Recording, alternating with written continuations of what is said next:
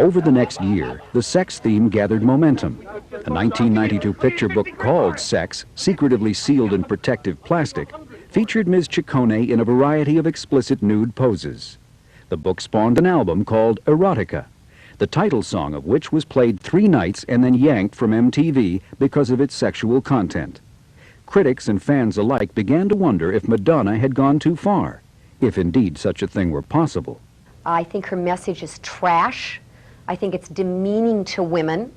I think it encourages violence, S&M, against women.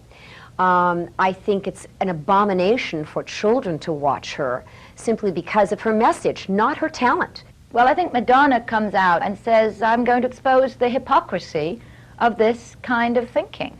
Of course women have sexual fantasies, and of course they're not pleasant, sweet, streams flowing by or wind blowing in the breeze, whereas men are perfectly able to have whatever horrible sexual fantasies, as in horror films or pornography or slasher films, and nobody really says that much about that.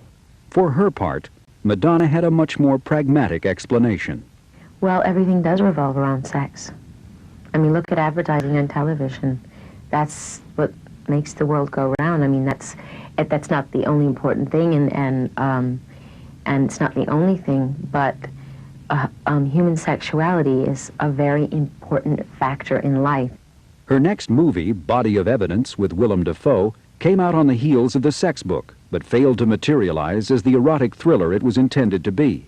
Once again, critics would question her acting talent, one calling her career the longest on-the-job training ever. She's cardboard. She comes on as an image that we see in still photographs, and she's got to put flesh and blood and bones on it, and we haven't seen that yet. She does use some of her power for the public good as well, especially the fight against AIDS, a disease which claimed the lives of her friends Christopher Flynn, Martin Burgoyne, and others. I think the work that she has done to raise money for AIDS shows that she is really willing to put her money where her mouth is in very many instances. And this is where the cold, calculating, use everybody Madonna sort of breaks away, and we see that there is a consciousness underneath there. Love her or hate her, Madonna seems to require only that we not ignore her.